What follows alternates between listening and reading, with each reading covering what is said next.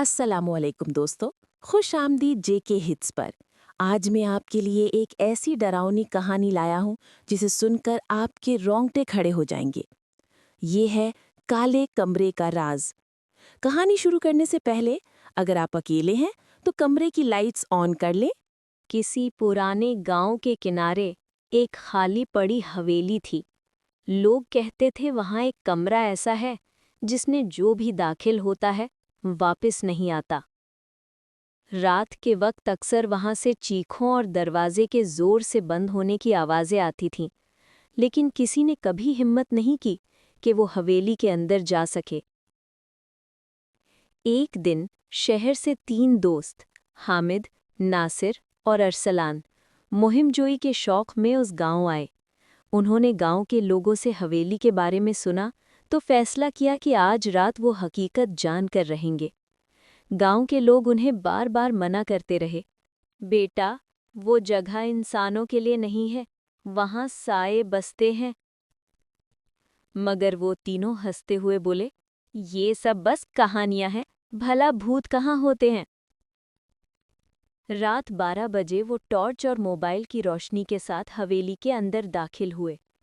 अंधेरों में जमी गर्द, बोसीदा फर्श और टूटे हुए खिड़कियों से आती सर्द हवा उनका दिल दहला रही थी, लेकिन वो आगे बढ़ते गए। अचानक एक दरवाज़ा दिखाई दिया जिस पर बड़े बड़े काले हुरूफ में लिखा था, यहाँ मत आना। नासिर ने दरवाज़ा जोर से खोला। अंदर एक कमरा था, मुकम्मल तारीकी में डूबा हुआ, जैसे वहां रोशनी कभी पहुंची ही ना हो। वो कमरे के बीच पहुंचे तो कमरे का दरवाज़ा खुद ब खुद बंद हो गया।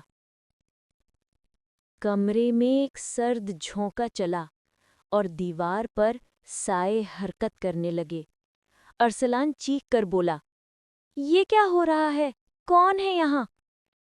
साए आहिस्ता आहिस्ता इंसानी शक्ल अख्तियार करने लगे। उनके चेहरों पर आंखें नहीं थीं, सिर्फ खाली खोखले सुराख। अचानक उनमें से एक साया हामिद के करीब आया और सर्द आवाज में बोला, तुमने हमें जगाया है, अब यहाँ से वापसी नहीं होगी। हामिद जमीन पर गिर गया, उसके हाथ पैर कांपने लगे। नासिर और अरसलान दरवाज़ा खोलने की कोशिश करते रहे, मगर दरवाज़ा जैसे लोहे का हो गया था, हिल भी नहीं रहा था। उनके पीछे साए चीखने लगे और हर चीख के साथ कमरे की दीवारें करीब आती जा रही थीं। अचानक रोशनी की एक किरण कमरे के कोने में नजर आई। एक पुरानी किताब रखी थी जिसके औराक खून से रंगे हुए थे। किताब पर लिखा था, इस कमरे से निकलने का एक ही रास्ता है, कुर्बानी। नासिर कांपते हुए बोला, क्या मतलब, कुर्बानी? साए एक दूसरे की तरफ देखकर हंसने लगे। हाँ, एक को अपनी जान देनी होगी ताकि बाकी दो बच सकें।